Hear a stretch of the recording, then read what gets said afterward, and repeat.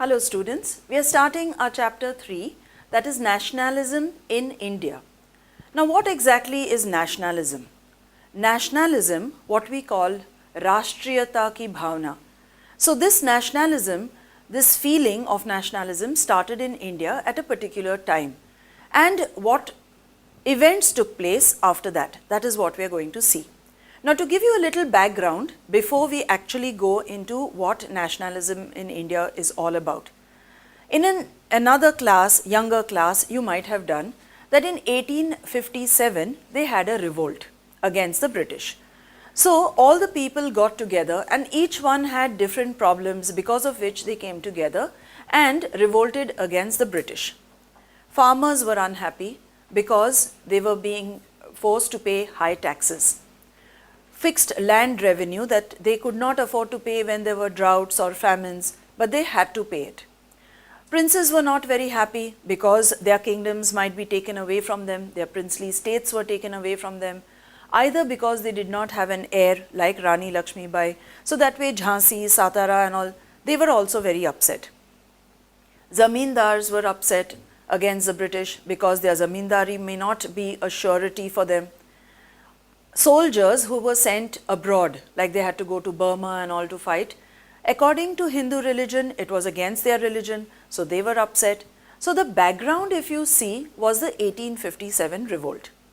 Then when we come to Indian nationalism or the actual freedom struggle, which started from 1857, there were three different phases in Indian nationalism. Basically, this nationalism was anti-colonialism.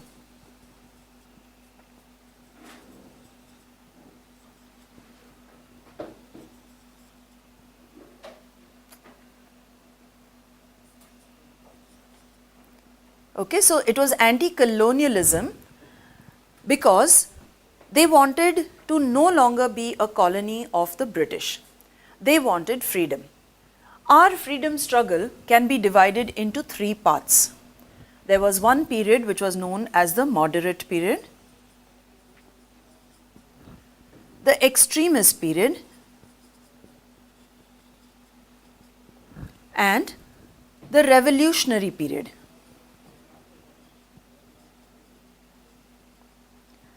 Now the revolutionary period side by side was also the Gandhian period. Though it is not given in detail in your book, let us just understand the background first. The moderate period was when Congress started. That means they took it in a very moderate way. They tried to put forward their demands to the British. That means through the people who have been elected. We had Dadabhai Nauroji or Ranade, Gokhale, and they used to put forward the demands of the people before the British. During the extremist period, we had Lal, Bal and Pal. That means Bal Gangadhar Tilak, Bipin Chandra Pal, that is Bal, Pal, and Lal was Lal Bahadur, Lala Lajpat Rai.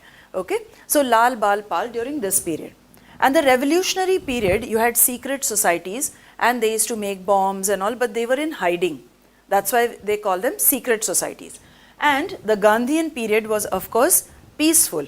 So these two periods were going on together. Gandhian period, which was a peaceful period, that means he believed in Satyagraha, which was non-violent, while the revolutionaries believed that there should be violence. Now in this particular lesson, when you learn about nationalism, what were the reasons that people were upset? 1857, we saw there were different reasons that they were upset. Now here if you see, the reasons why people were upset was, first, prices were increasing. Second reason, compulsory recruitment. Now, what is the meaning of compulsory recruitment? People were being forced to join the army. The Indian soldiers felt that, but it is not our war. It is a war between the British. If the British are fighting World War, that means this period we are talking about is 1914 to 1918. Okay, 1914 to 1918 was World War I. So that time our soldiers were being compulsorily recruited in the army, that is the British army. Okay. The other reason why they were upset, because there was acute shortage of food.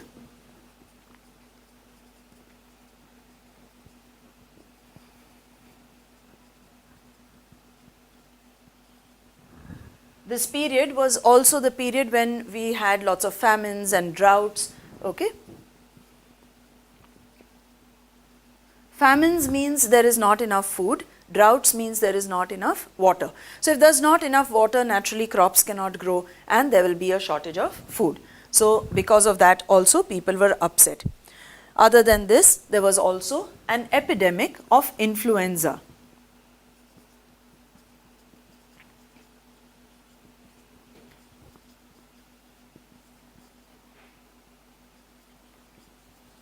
So a lot of people died because of that, either because of no food or because of flu or what is known as influenza. So all these reasons were why people were very upset and they started a national movement, or we can say anti-colonial movement. That means against the colonist, that is the British. All this was happening during the British time. The British government was only collecting taxes, they were not doing anything for the people. Now, Gandhiji at that time, during this period 1914, he was in Africa. In Africa, he was fighting for the blacks or the colored people, that means even Indians who lived over there. You might have heard about the famous story about how Gandhiji himself was thrown out of the train when he was in Africa. Why? Simply because of the color of his skin, because he was brown. He was not allowed to travel in first class even though he had a ticket. Now here he started a Satyagraha that was in Africa, and he realized that it can be a very successful way. Now what is the meaning of Satyagraha?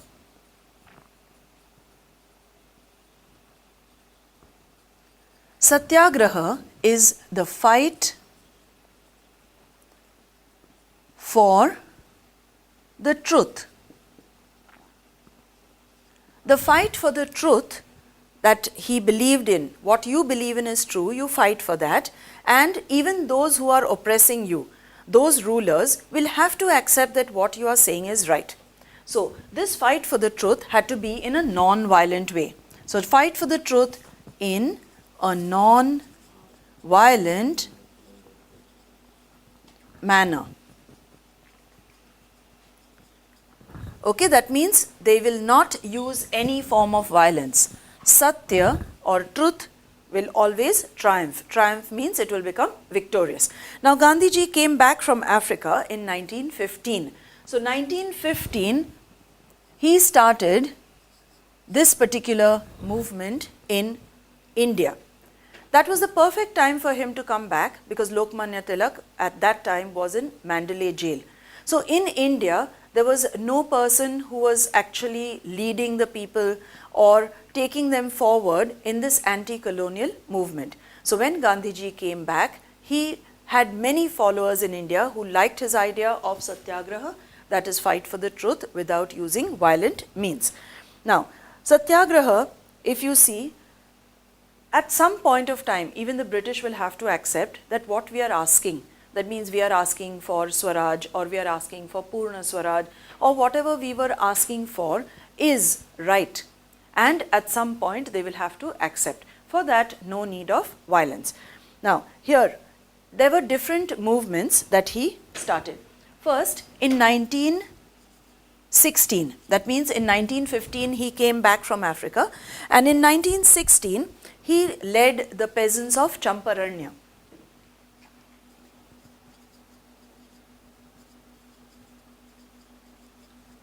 Champaranya, the peasants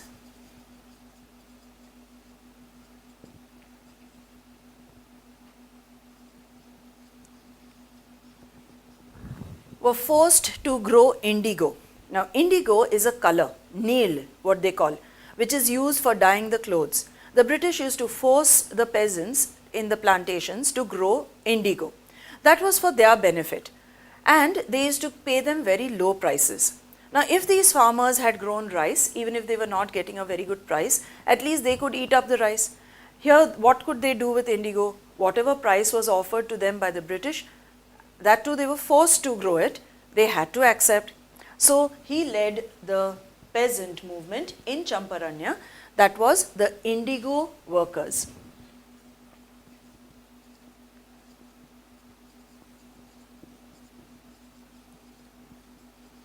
They used to work on the indigo plantation. The next movement that he had was to support the peasants of Kedah, that is in Gujarat. Okay, that was immediately in 1917. That was in Kedah. So this was for the farmers, and this was because of taxation.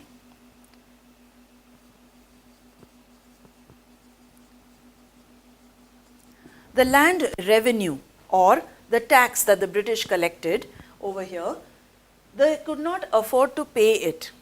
Similarly, they also had to pay rent sometimes to the zamindar, or they had to pay fixed tax. Now, in the olden days when they used to have chauth or sardeshmukhi, chauth means ek chauthai, that is 1/4. Whatever your produce, you had to pay 25% of that. But if your produce is 0, 25% of 0 would be 0. But here they were forced to pay a certain amount. They used to have the land, how much land you have, whether it is fertile or not, based on that they had fixed a certain amount. Now, the next Satyagraha led by Mahatma Gandhi was in 1918. This was at Ahmedabad.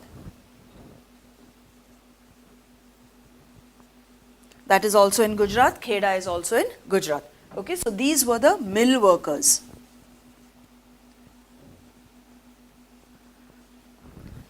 Now, he led the Satyagraha of the mill workers. Now, what were their demands? They wanted more pay, or these were basically cotton textile mill workers, and he organized them in such a way that they would go in a morcha, or their movement was very peaceful. After this, now you can see here, this was immediately one after the other. 1915, Gandhiji came back. 1916, he led the Champaranya movement, that is the indigo farmers. Then Kedah district, 1917, he led another movement, which was also to a certain extent successful. 1918, in Ahmedabad, supporting the mill workers, the cotton textile mills. Okay, so this is for the cotton textile.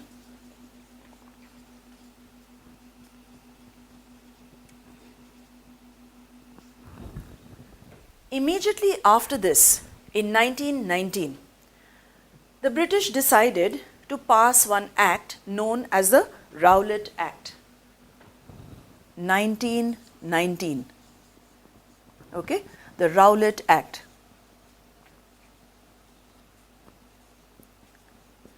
Now, what was this Rowlet Act? According to the Rowlet Act, they could put anyone in jail without even a trial. Trial in the sense, they will not take them to court, they will not try them, they will not see what they have done wrong, and directly they will be put into jail, even up to a period of 2 years. So there was a protest against the Rowlet Act, and he decided on April 6th, there was a hartal. Hartal means what? Strike. That we will protest against this movement. This is not, this act is very unfair, and that's why they decided to protest against it. So they had a strike on April 6th. Lots of rallies were organized, workshops closed down, local leaders were picked up by the police and they were put into jail. All the Satyagrahis were also put into jail. Immediately after this, another thing happened in 1919 itself. Now 1919, 6th April, you know, is the hartal, that is against the Rowlet Act, and on April 13th, another incident took place, and that is the Jalyanwala Bhag incident.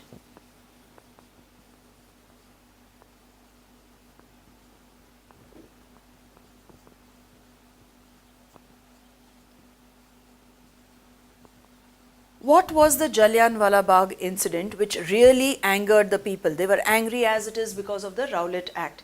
Now the Jalyanwala Bagh incident, Jalyanwala Bagh is a place in Amritsar. All the people had gathered there on 13th April because it was Baisakhi. They had come there to celebrate. And Jalyanwala Bagh is in such a way that there's only one narrow path through which people can go out. General Dyer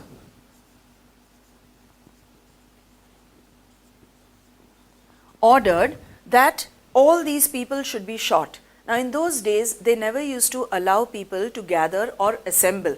Today you know that we have the right of assembly, of course without arms and ammunition and all. That means nishastra, without carrying any arms.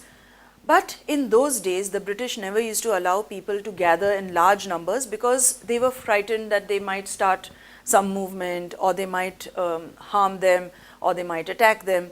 So they were not allowed. Now here the people, it was a peaceful gathering. They had gathered because it was Baisakhi. General Dyer ordered that everyone should be fired on. Hundreds of people died. Some people tried to escape from that narrow path. Some people jumped into the well to save their lives, but anyways they died. Even today, if you go to Jalyanwala Bagh, you can see in the walls the bullet marks. That means in the brick walls all around. And that particular incident upset everyone so much. Immediately after that, there was a curfew. The British did not allow the ones who were wounded and all to be taken to hospital also. So that angered the people even more. Another incident that happened because of the Jalyanwala Bagh incident, and that is when Rabindranath Tagore was going to be knighted. Knighted, that means he was going to get the title of Sir. He refused that title. He said, on one side you give me the title of Sir, and on the other side you kill my people. At Jalyanwala Bagh, what happened really upset everybody, and they realized how cruel the British could be. General Dyer, they expected, would be punished or reprimanded, but there was no punishment given to him, though he had killed so many innocent people simply for gathering. Now another thing that I just want to tell you, it's not part of your textbook, but during the extremist period, when you had Lal Bal Pal, or when I told you Lokmanya Tilak used to write to create nationalism, to have anti-British feelings among the people, to gather them together, garner them together, he used to write in Keshri and Maratha. That time, because people were not allowed to gather, he started two festivals for which people could come together. One was the Shivaji festival, that means for the birth of Shivaji to celebrate, and the other was the Ganesh Utsav. Earlier Ganesh Utsav used to be not on such a large scale. People used to have Ganpati in their own house, but now it became on a large scale so that could be an excuse for people to come together. Anyways, that was in Maharashtra, and this what we are talking about, Jalyanwala Bagh incident, happened in Amritsar, that is in Punjab. Okay, so have you understood till here how the nationalism or the feelings of nationalism started? Till then, people were not really all together. Here there were different incidents. You can see one is in Champaranya, one is in Kedah, one is in Ahmedabad, something happening in Amritsar. The Rowlet Act, of course, will affect everyone. It's a very unfair act. Act means rule, the rule which the British were going to make, where anyone can go to jail. So slowly you can see how anti-British feelings are building up. We saw how people were upset about the Jalyanwala Bagh incident. Now what was the effect that took place after that? That means what did the British do? Because all the people were agitating. Okay, so now let us see the aftermath. What is the meaning of aftermath? The after effects of Jalyanwala Bagh incident. So here we have the first point, strikes and clashes with the police. That means all the people started clashing with the police. Attacks on government buildings. The Indians were so angry that they started attacking the government buildings. Then there was brutal repression. By whom? By the British police or by the British officers, and humiliation. Humiliation means insult. They started insulting the Indians. How did they insult them? The Satyagrahis, that means who were fighting in a very peaceful manner, they had to rub their noses on the ground, what we call naak ragadna. Okay, so they had to rub their noses in the ground, they had to crawl on the ground, that means they had to kneel down in front of them, or they had to do salam to all the sahibs, that means they had to do like this to show respect towards the white man or the British.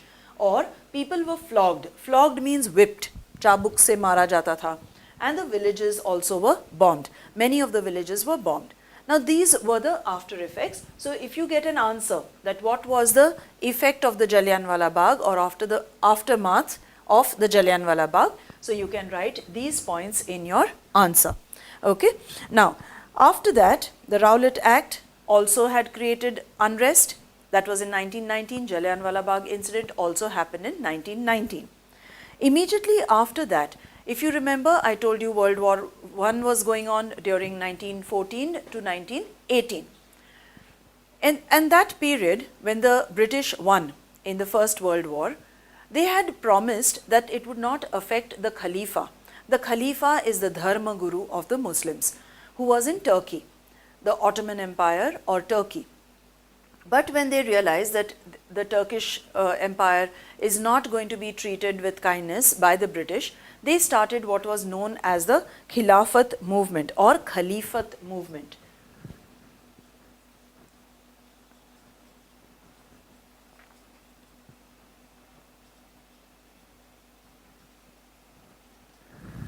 The Khalifat Movement was basically a Muslim movement because they felt that they wanted to protect the rights or the glory of their Khalif, that is their Dharma Guru or their religious head. Gandhiji also supported this movement. Gandhiji thought that this was a good time to support their movement. Of course, they were right in what they were saying, and this would also bring about Hindu-Muslim unity.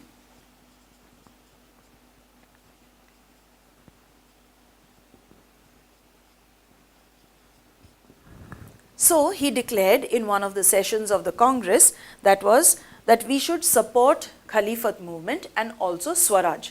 Swaraj means, Swa means self and Raj means rule. So we must rule ourselves. That means we should get rid of the British. The British no longer should be colonizing us, exploiting us, and they should move out of India and we should get our country for ourselves. So it was a simultaneous movement. That means the Khalifat movement as well as the Swaraj movement. Now under this, a lot of Indians who decided that yes, we will try to do something to gain our independence. The first thing that Gandhiji announced was the non-cooperation movement.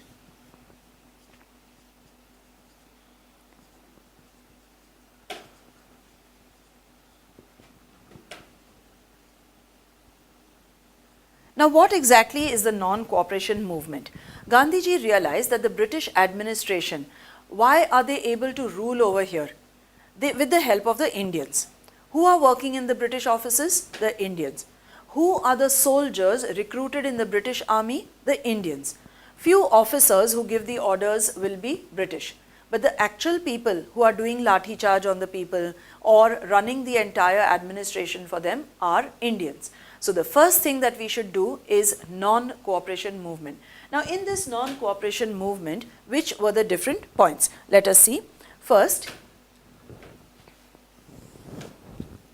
surrender of titles. That means any title given by the British. I already told you, Rabindranath Tagore decided he doesn't want the title of Sir. That means he doesn't want knighthood. So any title given by the British, you will surrender the title. The other point in this was that we will boycott all civil services, army, police, courts, etc. So second point was boycott of army, police, courts. That means we don't want to go to the courts because we are not going to get justice over there. The judge is also going to be British. If they wanted to give us justice, then General Dyer would have been punished first. So let us boycott all these, even the schools and all can be boycotted. Other than that, there was also boycott of schools. Why? Because in the schools, they will naturally teach about the glory of England, long live the king and long live the queen of England. That means King George V or Queen Victoria. So boycott all British schools. Also boycott of British goods.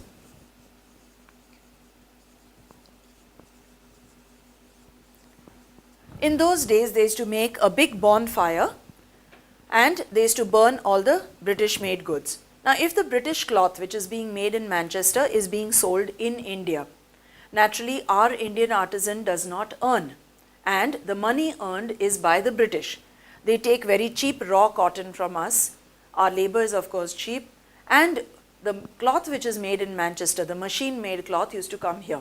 So they decided that we will not have any foreign cloth that we will buy. In fact, they thought that everyone should start wearing Indian clothes, khadi clothes, be Indian and buy Indian, or what was known as Swadeshi. So Swaraj was one of the points, and at the same time Swadeshi was also getting momentum. Now here, these foreign goods, when they wanted to boycott them, they used to have bonfires and they used to have picketing.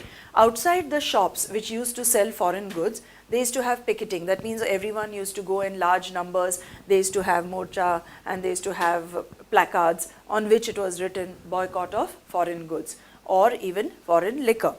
So all this gained momentum. Now this was around 1920 that we are talking about. Non-cooperation movement was launched, 1920. Now if you see both these movements together, that means the Khilafat movement and the non-cooperation movement, 1921-22, it gained momentum. When we say boycott of schools, so a lot of teachers also left their jobs. That means they stopped going to teach in the British schools. Students also left. Here foreign goods, I told you, they started picketing and they started making khadi. Charkha became the symbol where everyone was making yarn in their own house and using khadi. That means that cloth which is made by themselves. Gandhiji said that this was a symbol. It was to symbolize that we are independent, we can depend on ourselves, we make our own cloth, we use our own cloth. Don't give them money. Now, how do they have money? Because to have an army, you need a lot of money. That is, they are earning money from us whenever we buy foreign goods. The quality of khadi used to be rough, but there was a reason why he said we should wear khadi or be Indian and buy Indian. Whenever people used to have these bonfires and all, and people used to throw their things, small children never used to understand. I'll give you one story. This is from Indira Gandhi's life. It's not part of your book, of course. She had a doll which was from a foreign land, and it was a very pretty doll. That means it could open its eyes and all. She was asked to throw that doll also into the fire if she wanted. She saw that all the adults are throwing everything into the bonfire. An aunt had brought one blouse for her from Paris, embroidered blouse. So her mother said, no thank you, we don't wear foreign clothes and all. So the aunt she just said, oh, then why do you have a foreign doll for your daughter? Immediately she thought, okay, I'll throw this in the bonfire. And from that day onwards, she was a little wary about fire. Why? Because it was her dear doll, she loved it a lot, but still she put it in the fire simply because it was foreign. So those were the kind of feelings that they had. Nationalism, Rashtriyata ki bhavna. Now, when you realize that continuously the British are oppressing you, they are exploiting you, they are making use of you. We saw that the peasants were unhappy. Everybody was unhappy with the British rule in some way or the other. Maybe because they had to pay high taxes or they were being brutally hit. That means every time they were doing peaceful Satyagraha or Morcha, even then lathi charge used to be done on them. So in different ways they started realizing how the British were very cruel. They were exploiting them in different ways, economically, in every way. And the movement, that means the nationalism movement, gained momentum. In that, the Satyagraha movement was given importance by Gandhiji so that it is in a peaceful way. And then the non-cooperation movement also given by Gandhiji. Non-cooperation means you will not cooperate with the British. Without your cooperation, the British will not be able to rule India. It is only because the people are cooperating that they can rule India. Have you understood what non-cooperation movement means? This non-cooperation movement spread nearly all over India. Peasants started fighting for their rights. That means they didn't want to pay such high rent or taxes. Nai means the barber who shaves they also went on strike. And in different places you find that even the tribals went on strike. Of course, there were incidents of some rebels also who went on strike, but that was in a violent way. That was not supported by Gandhiji at all, because Gandhiji wanted the non-cooperation movement to be in a peaceful way. You find that these plantation workers, the way they were treated, they were paid very low, and they were not even allowed to go from one place to another. They were not allowed to migrate according to the Act. Whenever they tried to agitate, they were brutally beaten up. Brutally means very cruelly they were beaten up by the police. So Gandhiji said that this non-cooperation movement is fine, but now it is starting to get a little violent. Now in 1922, what happened was the Chauri Chaura incident. 1922.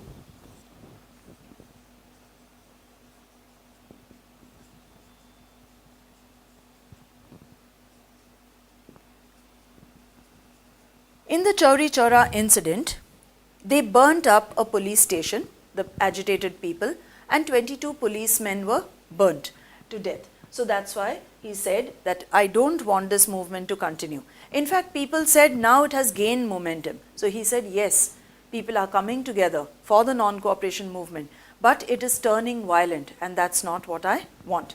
So Gandhiji decided that he will stop this movement. Meanwhile, there was another school of thought. School of thought means vichardhara. Some people used to feel that you should boycott the election. Okay, so there were two ways of thinking. One said boycott elections. That means we will not stand for election. You know that according to provincial autonomy, certain rules were made in which the revenue, the defense, the important topics were kept with the British. And for others, the Indians could also stand for election, they could win. So the Congress party very often used to win. So some felt that no, we should not stand for elections at all. While some people felt that no, we should stand for elections and try to fight from within the council. Fight from within the council. That means stand for election, get elected, and then fight against the British from within. Here, if you boycott elections, you are outside. So it is a little difficult to fight against them. And this fight for fighting within, they wanted to start what is known as the Swaraj Party. Okay, in the Swaraj Party, you have Motilal Nehru,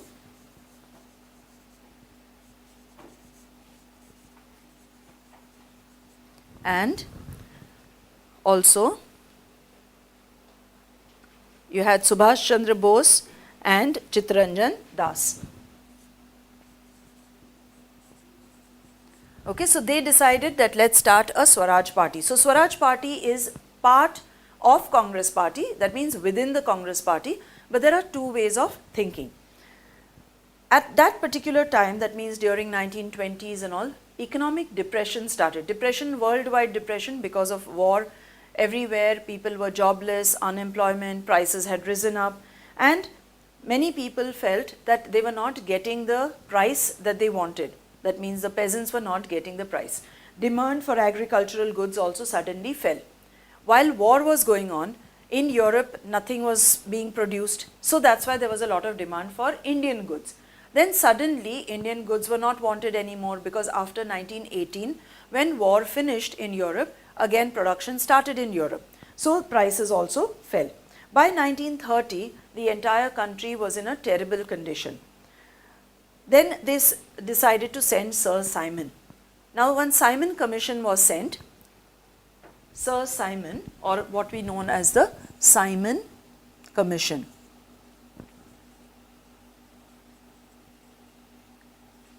Now Simon Commission came to India to find out what exactly are the problems of the people in India so that they could try to solve it. And when he came here, everyone was there to welcome him with black flags. Go back, Simon, go back, Simon. Why did they want Simon to go back? Because they said not even one person in the commission was Indian. All were British. the whole group who had come. Simon, of course, was the chairman of the commission, which is why it is called Simon Commission. So Simon was welcomed with black flags and with demonstrations, all of them saying, "Go back, Simon." So there was nothing that he could do. Naturally, he had to go back. Now, the Simon Commission arrived in 1928. This was in 1928. As I told you, between 1920 and 1930, the situation had worsened and it was terrible at that time in India. Lord Irvin then announced the Round Table Conference. Okay, so they were going to have the Round Table Conference.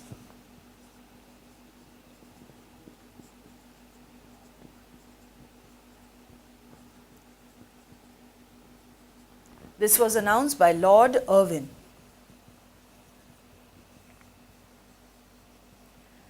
Gol Mej Parishad, okay, that is the Round Table Conference, was supposed to take place in England. There was not even one single representative from India that went for the first Round Table Conference. When the first Round Table Conference was a failure, and during the second Round Table Conference, just before that, a lot of Satyagrahis were put in jail. So Lord Irvin spoke to Gandhiji and said, "Okay, we will release your Satyagrahis if you are willing to go for the second Round Table Conference." So in 1931 was the second Round Table Conference for which Gandhiji did go. Now Gandhiji was given the invitation. He was not really interested in going, but for keeping peace, he did go there. When he went for the second Round Table Conference, he realized that everyone has their own agenda. For him, Swaraj was important. That means India was important. But Dr. Babasaheb Ambedkar wanted separate seats for the Dalits, that is for the scheduled caste. The Muslim League wanted separate seats for the Muslims. So he felt that we are dividing ourselves. There should be general elections and not have separate electorate and separate seats and all for the different communities. When he came back, it was actually a stalemate. Nothing was decided over there because each one wanted their own thing. And finally, when he came back, there was no conclusion as such. He went unto fast. In Yeroda jail, he and Dr. Babasaheb Ambedkar signed what is known as the Pune Pact. The Pune Pact, this was signed between Dr. Babasaheb Ambedkar and Gandhiji, and he broke his fast because he tried to explain to him that yes, they should get seats, but the electorate, that means the people who are voting, should be the general election, and in that there will be seats kept for them also. But each one wanted their own. As I told you, Muslim League wanted for Muslims, Babasaheb Ambedkar wanted for the Dalits, which was what Gandhiji was against. He wanted basically whatever he wanted for India, okay, not separatism but together, and finally leading to Swaraj, not just getting a few seats. Just now we only had provincial autonomy. In January 1930, Gandhiji made certain demands, 31st January 1930, to Lord Irvin, that these are my specific demands and general demands, around 11 demands that he made. And if they are not fulfilled, then we will again have a Satyagraha or a movement.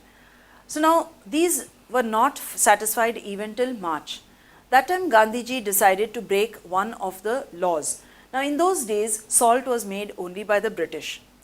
Salt is a free gift of nature. It is given by sea. Why can't we make salt?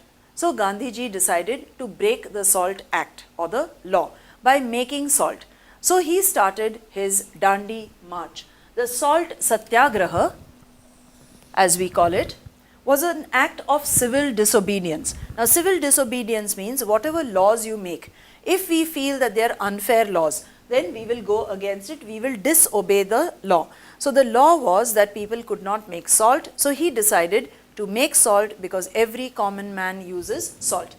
The march was of 240 miles. Imagine from Sabarmati Ashram right up to Dandi. He walked all the way, and 78 followers walked along with Gandhiji. Of course, it was not over one day. He reached on 6th April, that means from March to April, they walked and walked 240 miles. Finally, they reached Dandi, and there they boiled the water. The water, of course, will evaporate, and what will be left is the pure salt. So, making of salt was actually an act of disobedience, civil disobedience, that is going against the law made by the British. Many other laws also were broken. According to this Civil Disobedience Act, now if you see, Gandhiji first started Satyagraha, that means fight for the truth in a non-violent way. Second, he started the non-cooperation movement. The non-cooperation movement was to not cooperate with the British, because their administration can continue only because we are cooperating with them. And then now he started the civil disobedience movement. In this, many of the laws were broken. The first law, of course, we saw violation of salt law. Violation means breaking of the law. Kanun ka ullanghan karna. Okay, so they broke the salt law by making salt. Violation of forest law. The second law which was broken, that means the tribal people who used to live in the forest, they used to have the forest for their livelihood, whether they collect twigs or firewood or they take their animals for grazing, and the British did not allow that. So they broke the forest law also. Many of them refused to pay the revenue and chowkidar taxes. That means, doesn't matter if you are making us or forcing us to pay taxes, we won't pay taxes. Village officials resigned. That means, though they were given high posts, they resigned from their posts. Boycott of foreign cloth, that we had already seen. That means in front of all those shops and all, they used to have picketing. So these were the points that we had in civil disobedience movement. Meanwhile, agitations also started at the frontier. Frontier means the northwest frontier or the border. Khan Abdul Ghaffar Khan, who is known as Frontier Gandhi, he had a group called Khudaye Khidmatgar. He was arrested in April 1930. Now, he was also a follower of Gandhi. In other places also you will find that lots of satyagrahis were arrested. Mahatma Gandhi himself was arrested, and there was brutal repression everywhere. About 1 lakh people were arrested and put into jail. The situation was bad. As we saw, that is the time when Lord Irvin came, and then Gandhiji went for the second roundtable conference. But even then, that was a disappointment. So Khan Abdul Ghaffar Khan was in jail. Jawaharlal Nehru was also in jail. Jawaharlal Nehru, they say nearly 11 years of his life he has spent in jail.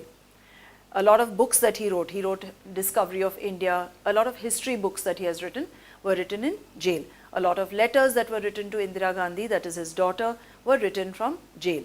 Okay, he has been different time. In those days, going to jail was not something to be ashamed of, because they were proud to say that we went for jail because we agitated against the British for our country to gain Swaraj. Now by 1930, they had decided that we are going to get Purna Swaraj, and they had even made a tricolored flag. The tricolored flag kept on changing. That means first the design was different. It used to have a lotus in the middle. Then it had the charkha, that is the symbol of what Gandhi had for his symbol of khadi. And they even put up the flag. That means on 26th January 1930, they already put up the tricolored flag. Unhone jhanda lehraya, that means we had not yet got freedom, but to show that we are going to be independent, we are going to have Swaraj, and that is why 26 January 1950 is taken as an important date for us, and that is when we started our republic. We became a republic on 26 January 1950. So if you wonder why did we choose 26 January, because of this reason, because here they had already put up the tricolor. Now this movement spread everywhere. That means all India. It was in Gujarat, it was in UP, and all the different places, not just among the peasants, workers, nearly everyone participated in Gandhiji's non-cooperation movement and civil disobedience movement. Then there was a protection against imports of foreign good that they wanted. That means the business people also joined in, because those people who were doing business like Birla, They wanted Indian goods to be sold so that they can protect themselves. So they started what is known as the FICCI, okay, FICCI in 1928. The full form being the Indian Chamber of Commerce and Industries.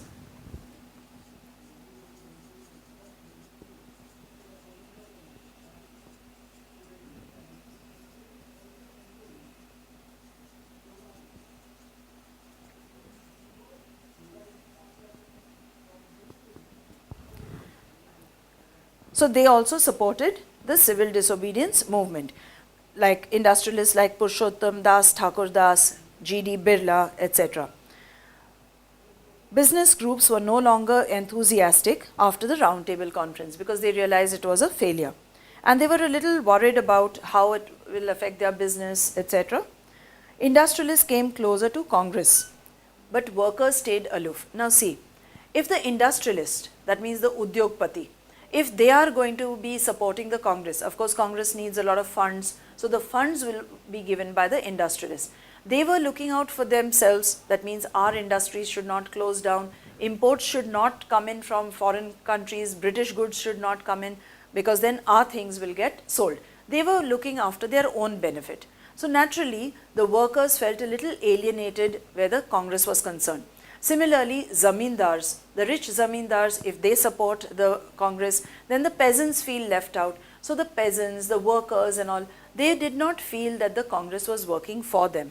Gandhiji, of course, was one for the masses. He was more interested in the people of the village, the poorer section of society, the Dalits, whom he said must also join in, because he called them Harijan. That means they are also people of God. So the peasants, the workers and the Harijans or the Dalits found support where Gandhiji is concerned. But they were not very keen about Congress, while Congress was supported by the industrialists and the rich zamindars. There was also large-scale participation of women during this time. When picketing used to take place outside the foreign goods shop to boycott foreign goods, a lot of women also took part in this movement. The Congress, of course, didn't want the women to hold any important position. But where Gandhiji was concerned, it was a mass movement. That means the Aam Janta, everyone took part in it. Now the limits of civil disobedience movement. Because everyone was not part of it, naturally there was a limitation to the civil disobedience movement. Now here where he felt that all these Harijans are also people of God, what they organized for them was opening up temples so that they could enter the temples. Earlier they were not allowed. They opened up wells. If you have heard of Chaudhar Lake, that was opened up by Ambedkar for the people so that they could drink water from that. Kalaram temple was opened up so that people could visit the temple. Otherwise the Dalits were not allowed in these public places. Now he wanted separate reservation for them. As I told you, the Pune Pact was signed and Gandhiji convinced him that yes, they should have separate seats, but in the general electorate. Okay, so the Pune Pact was signed in 1932.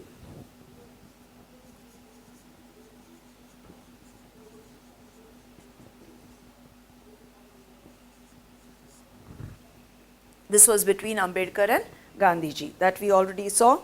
Now the Muslim political leaders, they also felt that they are not doing anything for us. Hindu Mahasabha came into the scene, so they felt that more of everything was being done for the Hindus, or it was a Hindu organization. So they felt a little alienated from the Congress also. Already the peasants, the farmers, the Dalits were feeling alienated, and now the Muslims also. So the Muslims also started asking for a separate electorate for themselves or separate seats for themselves, especially in those areas which were dominated by the Muslims. That means the eastern part of Bengal and Punjab. Muslim leaders and intellectuals expressed their concern over the status of Muslims as a minority within India. They felt that we are a smaller group, so nothing will be done for us. They feared that the culture and identity of minorities would be submerged under the domination of Hindu majority. Now, sense of collective belonging. Collective belonging means we all belong together. Instead of thinking we are Dalits, we are Muslims, we are Hindus, we all have to come together. There has to be unity, even though there is diversity in our country. That was the main problem with India. How were the British able to rule us for 250 years? By using the divide and rule policy. In the divide and rule policy, they sowed the seeds of division. That means they divided us very successfully. If we were united, like now you could see under Gandhiji, it became a mass movement, people came together, then we could easily be rid of the British or the colonial rule. Now, this sense of belonging, sense of nationalism, to create all this, a lot of newspapers and all used to try to spread the word. But of course, that was only going to reach those who could read, those who were literate. You know that Lokmanya Tilak wrote in the newspapers CH-3 and Maratha, okay, spreading the name of nationalism or game of nationalism, and everyone started joining in. They also started making certain pictures, figures like Bharat Mata. Till then, people never used to think of one Bharat as our country. But now they started symbolizing Bharat Mata. Now, Bankim Chandra Chatterjee also wrote a very famous book called Anand Mat. And that later on was made into a movie. If you have seen it, it's in black and white, of course. And he also wrote the song Vande Mataram. Now, Vande Mataram, where we are giving importance to our motherland, that is our country, India, Bharat Mata. Over there, he wanted to create the sense of nationalism, and also the song was something that they used to sing in the Prabhat Feri. In the morning when people used to go around, they used to go with the tricolored flag showing unity in a peaceful way, of course. Prabhat Feri means early in the morning. They used to go in their quiet procession singing patriotic songs. So this became a song that they sang during that period, and that also increased their feeling of patriotism, Rashtra Prem or nationalism, Desh Bhakti. You might have heard of it. Now when you sing Vande Mataram, you sing it at a very slow tempo. You sing Vande Mataram Sujalam Sufalam Malayaj Sheetalam Sashya Shamalam Mataram Vande Mataram. But in those days they wanted the fervor. उनको जोश देने के लिए they used to sing it at a fast tempo. Vande Mataram, Vande Mataram, Vande Mataram. Sujalam Sufalam Malaya Shitalam Sashya Shamalam Mataram Vande. Sujalam Sufalam Malaya Shitalam. So all of them used to sing in the morning, go on their Prabhat Feri, feel great pride for their country. They also started telling people about the past, the glorious past of India. That means our history, our culture, our heritage, and make them feel proud of it. When the British came to India, they felt that we are going to civilize the Indian people. They tried to make the Indian people feel that you are backward people, we are the one who are giving you education. But we tried to make the Indian people understand that we have had great astronomers, great historians, we have had great mathematicians. All the greatness of India's past was brought out again to make them feel proud of their country. Lots of pictures were there. In your book also you can see that there was a picture created of Bharat Mata. Now in Madras also, Natesa Shastri published 4-volume collection of Tamil tales, that is the folklore of southern India. Folk tales yani lok katha. That means about Indians, about local people, so that people can feel proud about it. During this movement, they also made their tricolored flag. They used to take around their tricolored flag very proudly when they used to go for their Prabhat Feri. So all this helped in bringing the people together, feeling a sense of nationalism. India had a great past and people discovered it. They came to know. Of course, when they were going to British schools, they were told how great the British Empire was. But now they were going to Indian schools. Indian schools started by Indians, teaching about Indian history. And a lot of images that were made, that means whether it is of Bharat Mata and all, the icons or the images were very Hindu in their essence. So sometimes the Muslims felt a little alienated again. and they felt a little sense of alienation from the Hindu Mahasabha also and from the Congress also. But finally this nationalism led to our freedom and we got Purna Swaraj. Of course that was in 1947 that we got Purna Swaraj, after which the constitution was made, and in 1950 we became a republic. This was our story about nationalism, or the way nationalism grew in India. Now let us have a recap over all the important dates that you might have to learn. Should we quickly recap all the important events that took place? We are starting from the Gandhian period, of course. We are not taking the period before that. So that means in 1950, Gandhiji returned to India from Africa. Over there he found that Satyagraha was very successful, so he started Satyagraha in India also. 1920 to 21 was a period when there were lots of famines and epidemics, because of which lots of people were dying. The British were not doing anything about it, and that's why the people were very upset and agitated. 1916, Gandhiji led the first Satyagraha in Champaran, that is in Bihar, and that was for the plantation workers of indigo. The next one was in 1917, that was the Satyagraha in Kedah district, which is in Gujarat. That was for the peasants. And 1918 was the Satyagraha in Ahmedabad or Gujarat. 1919, there were two important things that happened. One was the Rowlet Act. After that, of course, there was a Hartal. And the second one was the Jalyanwala Bhag incident, where General Dyer opened fire and hundreds of people died. 1920 to 21, we have the Khilafat Movement and the non-cooperation movement. Both non-cooperation movement and the Khilafat movement started by Gandhiji. He thought that this will also bring the Muslims into the fold of nationalism or for the national struggle. And the non-cooperation movement meant that we will not cooperate with the British government.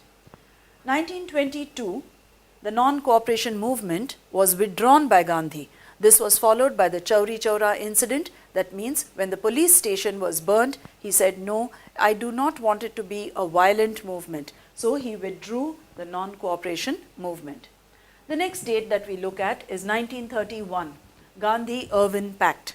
Gandhi signed a pact with Lord Irvin, and based on that, the Satyagrahis who were in jail were released, and Gandhiji decided that he would attend the Round Table Conference. That was the second Round Table Conference. Okay, so the second Round Table Conference. To just tell you a little story about it, when Gandhiji was going for the Round Table Conference, when he got the invitation, it was written in the regular formal clothes. That means it will be a black tie affair. Gandhiji, of course, does not wear suit, boot and tie. So he said, I will be glad to attend, but in my regular attire. That means what he normally wears, that is just a loincloth. And they could not say anything. He went that way. King George V kept staring at his legs under the dining table. And a British person has written in his memoirs that at that time, the king was behaving very badly by staring at Gandhiji's knees and legs, while Gandhiji behaved just like a gentleman. Similarly, when the king told him that, Gandhi, I will not tolerate your people attacking my officers, Gandhiji decided that he was a guest at that time. He didn't want any controversy. So he said that I would not say anything on the matter because I am a guest of your majesty. So this person, the British person who has written about this incident that happened, he admired the way Gandhiji conducted himself and not his own king. Okay, so that's about the second Round Table Conference, which of course, finally it was a fiasco, it was a failure, and it didn't satisfy anyone. Immediately after that, you know that the Pune Pact was signed in 1932 between Ambedkar and Gandhiji. This, you quickly take a look at it. If you want, you can pause, you can write down the important dates in case you get dates or events that happen. These are the most important dates in this lesson that you can take down. We have finished our lesson, but now we come to the important part. That means when questions are asked, will you be able to answer them? The objective questions will have fill in the blanks or match the column. For that you have to be very precise. But sometimes you have long answers. One of the questions, if they ask, who all took part in the non-cooperation movement? Now, social groups that joined the non-cooperation movement, here you can see, in the city it was the teachers and the professors who boycotted the colleges and schools. Similarly, the students. Now, the merchants and traders, how did they take part? Because they said that we will not sell imported cloth, or we will sell only Indian goods. How did the lawyers also join the movement? They boycotted the courts, because the courts, the judge and all used to be British. The peasants, we already saw the peasant movement, that means the peasants who used to work on the plantations or used to grow indigo. Then you had the workers, that means in the mills, cotton textile mills in Ahmedabad. You had even the tribal people who joined, and even the nai and the dhobi. The nai is the barber, that means the one who cuts the hair, shaves people. And the dhobis, they also went on strike. Dhobis are those who are the washermen. So you can have different questions of this type. Now, suppose you have a question which is a short note. So you might get a short note to be written on the salt Satyagraha, or a short note to be written about the Jalyanwala Bhag massacre. All that you must include where it happened, what exactly happened, the importance of that incident, who all took part, the year in which it took place, or if the date is given. Okay, so you can have short notes based on that. Now, why was Simon Commission a failure? You know that there was no Indian in the Simon Commission, and when Simon came to India, he was sent back. There was countrywide hartal, there were black flags saying, go back, Simon. Another question that you could be asked is about your own personal experience. Now, here they have given a question, suppose that imagine you are in that particular period. Now, you have to write according to your imagination. What would you do? Now, if you feel you have no imagination and you need to write something, take the points from the lesson itself. What all did the people of that time do? They joined up with Gandhiji for the non-cooperation movement. So that means they did not cooperate with the British. They also joined up for the civil disobedience movement. That means they disobeyed those rules or those acts which they felt were unfair, like the Salt Act or the Forest Act. So you could do the same thing. What did many of the women do? They picketed in front of the foreign goods shops. They stopped wearing foreign clothes. They started wearing khadi, or they started using the charkha to produce yarn and make khadi at home. So if you feel it's a personal response question, because in social studies you also get factual questions and personal response questions. That means what would you do, that you have to write from your own mind, but you get the points from the lesson itself. Okay, so what other question could you be asked? Now, suppose they ask you about the Satyagraha movement of Gandhiji. Oh, there are 4 Satyagrahas that you'll have to mention. That means the one at Champaran, the one at Kedah, the one at Ahmedabad, and also the Salt Satyagraha, which he started from Sabarmati, and finally at Dandi, he broke the Salt Act. Now, you understand why he's called Sabarmati ke Sant? Because Sabarmati ashram was started by him, and that is from where he started walking to Dandi. What were the tools used by Gandhiji to fight against the British? If you are asked a question like that, what were the 3 main tools which were used by Gandhiji? The first one is Satyagraha, fight for the truth in a non-violent way. Second was the non-cooperation movement, that means to not cooperate with the unjust government. And the third was the Civil Disobedience Act, that means to disobey those acts or those rules of the British that you found unfair. Now, what was the Khilafat movement, or what we call the Khalifat movement actually? Though they write it as Khilafat, it is about the Khalifa in Turkey. How the movement started, why the Muslims felt that the British were being unfair about their Caliph in Turkey, and how Gandhiji also joined that movement and supported that movement so that there would be Hindu-Muslim unity. Now, Hind Swaraj was written by Gandhiji, that is a book written by Gandhiji. Any other book which was written by someone or song written by someone can come as objective questions, like for example, Anand Mat was written by Bankim Chandra Chatterjee. He also wrote Vande Mataram. Rabindranath Tagore also contributed to a lot of poems and songs which were written during that time to create patriotic fervor. Next, about Khan Abdul Ghaffar Khan, very little is given, so it is not likely to be a question, but he was a follower of Gandhiji and he fought on the frontier. Now, there were other people also who joined. Now, there is a little mention about the tribal people, that is the Gudan tribals from Andhra Pradesh. Okay, now this particular note may come, but we give it a little less importance because this was not according to the principle of Gandhiji.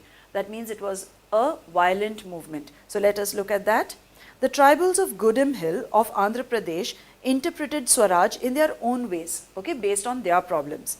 For them, Swaraj meant restoration of their traditional rights and means of livelihood. Now, their means of livelihood, if they are tribal people, they earn from the forest. So, if they feel that the laws say you can't go into the forest, you can't collect twigs, we will break the laws. Most of the tribal people were dependent on forests, and the new policy said that you cannot take your cattle to graze there, you cannot collect fuel, that means the twigs or firewood from there. It affected them and they felt, but this is our traditional right, we are the people from here itself. Under the leadership of Alluri Sitaram Raju, the tribal of Gudam Hill adopted a violent method, that is a militant or a guerrilla method. It was not a movement which the Congress could approve. Sitaram Raju claimed that he had special powers. Okay, so he could make astrological predictions, that means he can do Bhavishyavani, he can tell about the future and heal the people. He could even survive if anyone shot him with bullet shots. That was his claim. It's not true, but so that he could gather the people to follow him and they feel, wow, he can make predictions and nothing can kill him. The rebels claimed he was an incarnation of God. Incarnation means avatar. That means he is Sakshat God come down on earth. Raju talked about the greatness of Gandhiji and he said he was inspired by the non-cooperation movement. And he also persuaded the tribals to start wearing khadi, to not drink liquor. But unlike Gandhi, he asserted that India cannot be liberated by using non-violent methods. He felt that we have to use violent methods. So in case a short note does come about this, this is one of the movements, how it spread to the tribal people also. Other than that, they could also ask you for all the important dates about the notion of Swaraj. Now Swaraj, if you remember, in 1930, they already had our national flag ready and they declared Swaraj in 1930, 26 January. Swaraj Party, of course, was started by Chittaranjan Das and Motilal Nehru. There was a slight split in the Congress, if you remember. Some felt we should not contest the elections and some felt that we must try to get within and try to fight from inside. That was the Swaraj Party. Other than that, we also covered the importance of Lahore Congress. Now the Lahore Congress was where Purna Swaraj was declared. So that's why the importance of the Lahore Congress. Gandhiji's 11 demands which were made to Lord Irvin. You could get a short note on that too. He made 11 demands and he gave them a certain time limit. When they did not accept his demands or nothing was done to fulfill his demands, that time he had taken 78 of his followers, gone to Dandi and broken the Salt Act. Next, you could also get a question based on the weapons used by Gandhiji. Now you'll say, what weapons did Gandhiji use? His weapon was non-violence. Anyone who wanted to join could join. They did not need physical strength. They did not need weapons. What they needed was a belief in what they are fighting for. Once you know that what you are fighting for is right, you can fight for it and become victorious by using the weapon of Satyagraha. That is a non-violent method. Then, how did Gandhiji make it into a mass movement? Earlier, you know that it was not really a mass movement. Congress did have a lot of support, but some of them felt that the Congress is not doing anything for us. The industrialists are with the Congress, they are supporting them, they are funding them. So a lot of peasants, workers, Dalits felt that they were not really getting what they wanted. But with Gandhiji, it became a mass movement, even women joined in. Sometimes they might ask you about the women's participation in the movement.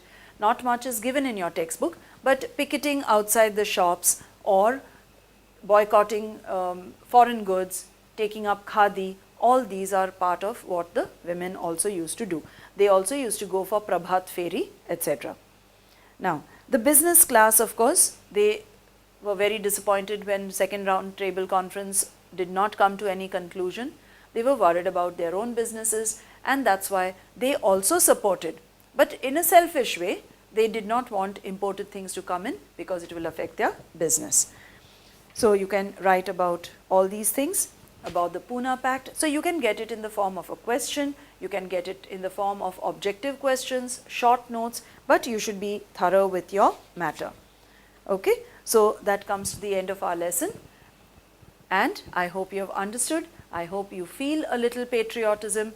I know it is a long time ago, and people today, unfortunately, don't feel that burning sense of desire for doing something for their country. But this lesson hopefully has brought out those feelings in you. Let us have a look at the pictures of chapter 3 now. Here you can see the Jalyanwala Bhag massacre on April 13th, 1919. The orders were given by General Dyer to the soldiers or the troops to fire on the innocent people who had gathered for Baisakhi. This is General Dyer. Khan Abdul Ghaffar Khan, or also known as Frontier Gandhi. This is the famous Dandi March from Sabarmati Ashram right up to Dandi. Dr. Baba Saheb Ambedkar, with whom Gandhiji signed the Pune Pact.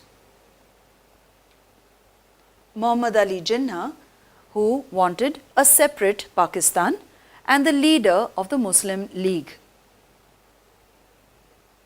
Bankim Chandra Chattopadhyay, the writer of Bande Mataram, and the book in which he had written this poem, that is Anand Mat.